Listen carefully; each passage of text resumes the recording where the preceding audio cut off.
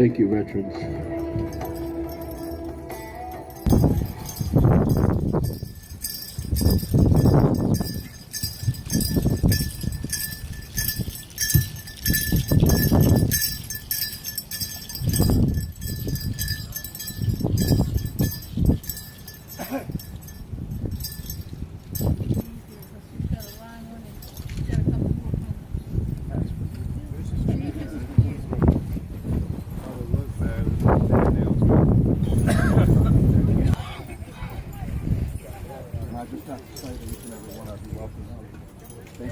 Welcome home. Welcome home. I hope you can get it all of us in there somehow. Not quite. Not unless I go back 20 minutes. Guys, on behalf of the Grateful Nation, we wish to thank you for your service and the loss of the loved ones. I'd just like to say thank you to all my partners. We're the modern day warriors of yesterday. We're the modern day warriors of today. We're the warriors of Christ today, as it stands. Well, as long as we're all together, we are a mighty force to man. And believe it or not, all as we are, we're still pretty tough. Yeah, well, some of us. We got you back. Just help us up in a minute. I want to thank each and every one of you because I have brothers that I will see in the coming. I haven't felt like this since the first time I went to the ball in Washington, D.C. Many people think that it should be over, get over it. I went in at 17 and I did not come out till I was 37. How in the hell am I supposed to get over something that was more than half my life? The better part of our lives, too. I am not embarrassed, nor will I ever take a step back from saying that I am a Vietnam service member and I am part of a brotherhood that only 1% of the American population ever performs that duty. And we don't seek recognition, we don't seek praise, God sees us. And we know that when we see a kid dance in that circle or an elder is able to be here, we know we've done our job, but we also know it's not over yet. So I want to say personally thank you, Chief Jim, because see, I know the struggle you went through and the hoops you had to jump through, and actually some of the folks you probably had to scare to death to tell them you weren't going to take no for an answer. We want each and every one of you to know, as your wives, as your mothers, that we all support you. We were there every minute with you. We understand today the nightmares. We understand that when one of those planes go under, we know that y'all are looking for something to crawl under. Know that we understand that and we appreciate that. We're not pushing it to the side. And we know that when you need somebody to hold on to, your wives, your mothers, we're going to be there. That's just from me. That's just from every mother and every wife standing here. We appreciate that. And we love you even more for that sacrifice. And Vietnam veterans were not thanked enough. And I appreciate you guys. I would like to share a little story. I thank the Vietnam veterans on the behalf of the Hebrews. The ones they know, they know. My story goes several years ago when I first met Chief Jim. I was honored to meet him, and I wanted to do something special for the tribe. So I asked him if it would be okay to work on his eagle staff. So we agreed upon making the staff with each eagle feather representing and honoring the prior conflicts that the United States and all of our brothers and sisters have been through. It was a daunting task to try and design from the service ribbons the actual beadwork that you now see on the eagle staff of each eagle feather. The most toughest time was when I had to tie each feather onto that staff. It was very hard, and I cried, and it took longer and longer, but I knew it needed to be done to honor all those past and present. And all I want to say is, I wanted to thank Chief Jim for giving me that opportunity to help recognize all of our warriors, both then and now. Thank you. I would like to say, as the past Department of Mississippi President of Ladies Auxiliary Military Order of the Purple Heart, welcome home. I'm so glad you made it. I know we all miss those that are gone, and we will soon be missing more. But, you know, I always said when I gave my speeches, I don't have to like you all. You know, you're not all that great. Some of you are, some of you aren't. But I do. I love you all. I love you from the bottom of my heart. I thank you for my freedom. I'm free today because of what you did. So thank you very much. As the proud son of a Vietnam veteran, who I have the honor of being with today, I can just say that I was raised to respect and cherish and value freedom, and to realize that freedom is precious and that every day it has to be celebrated, because freedom isn't free. Men and women have paid the sacrifice for it every day for as long as this country has been around, and will sadly continue to have to do so. Agent Orange has taken its toll on my father, but it hasn't broken his spirit.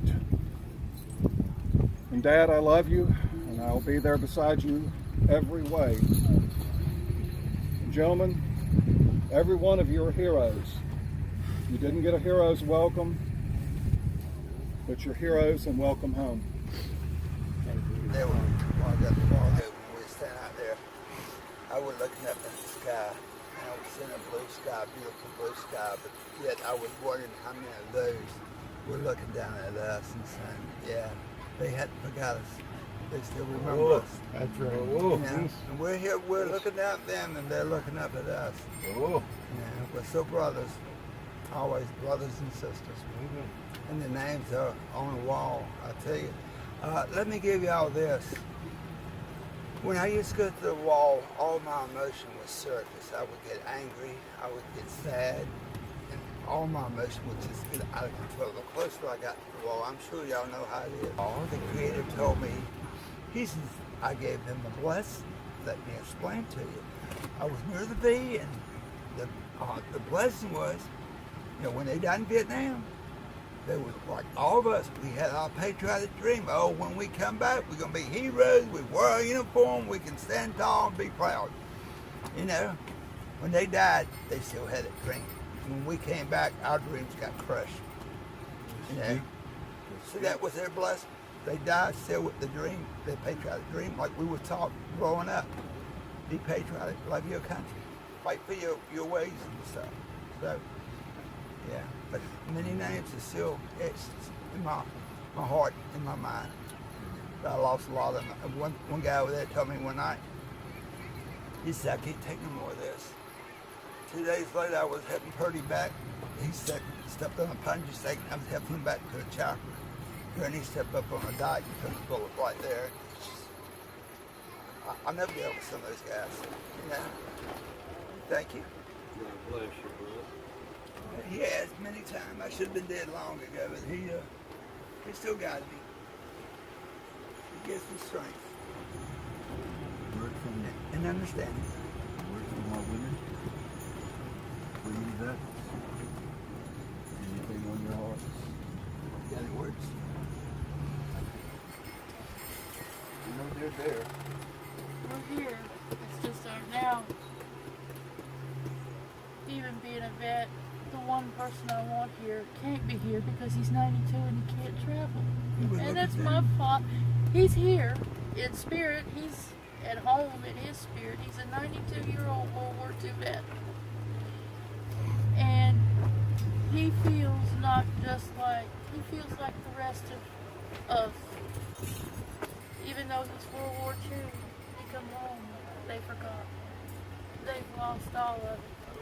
He says, and I still hear him when we're staying in his house, hollering 0, 0, 0.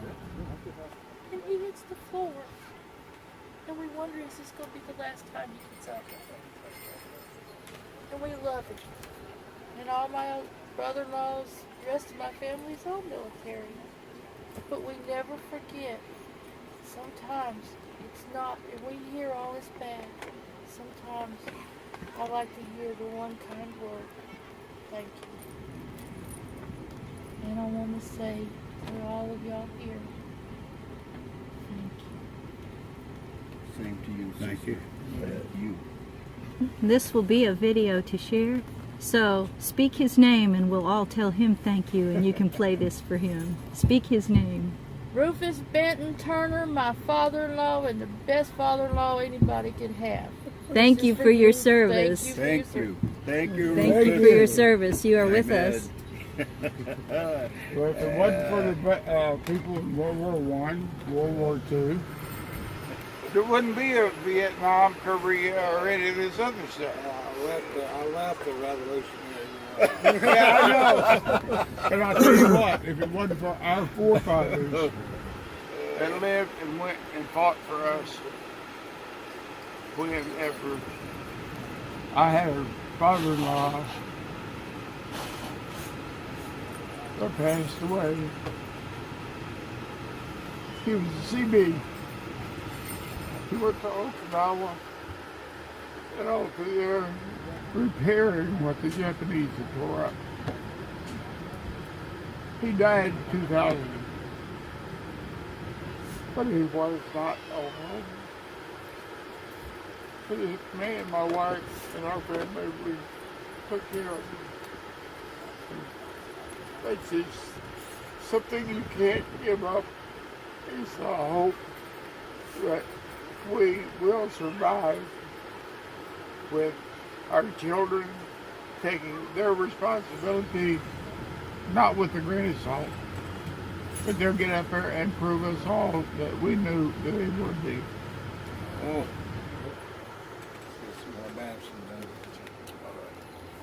Well, I got one thing I'd like to say for everybody here.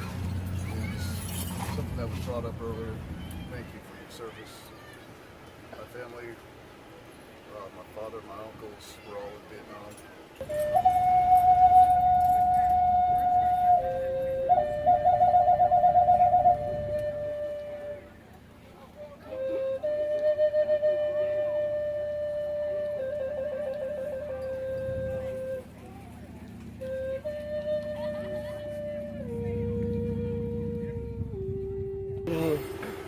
In combat, we were closer brothers and sisters than we were to our own family.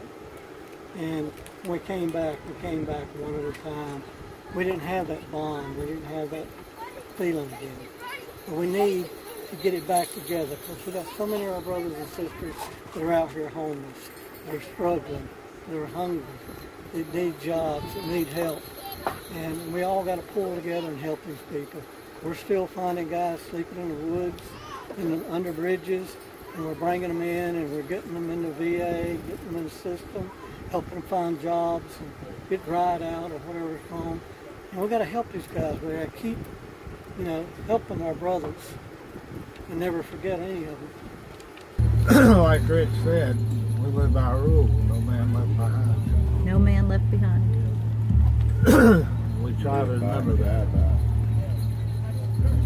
Right, Chief. We live by it and we die by it.